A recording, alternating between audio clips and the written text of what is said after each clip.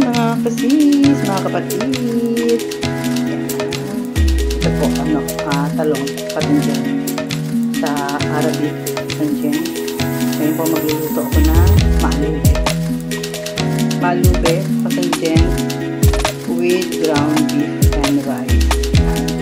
Ngayon po lalagyan ko siya ng asin para hindi naman po mawala-wala po yung ng tubig-tubig ng ng talong.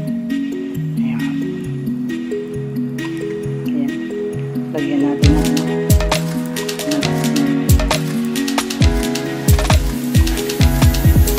Tapos mix.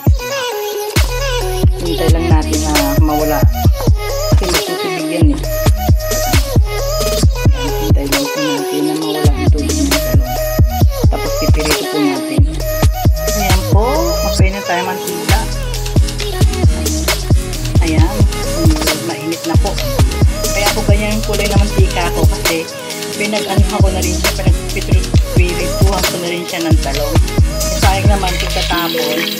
Kaya yan.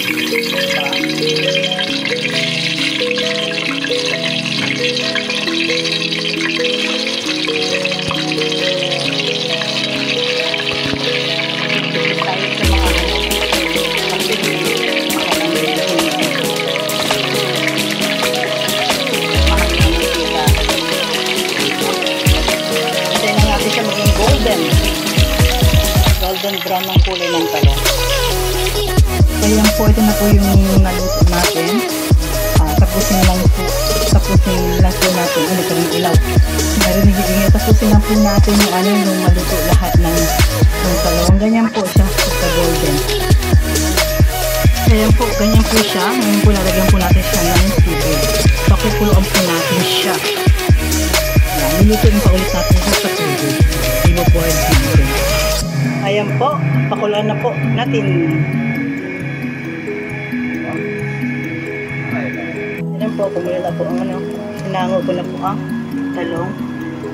Ngayon po yung kulay na talong, sumama po sa tubig. Maglagay na po tayo ng rice. Ito po ang rice, American rice. Ayan. American rice po yan. Ha? Ayan po, nalagay ko na ang rice American. Nalagyan ko na rin po ng asin. Depende po sa inyo, sa panglasa nyo, kung ano po ang gusto nyo. Ako po medyo lang, dahil hindi siya maalat. Diba, sasako. Ngayon takon po natin tayo naman ito ang time ng rice. Ayan, pwede po tayo na.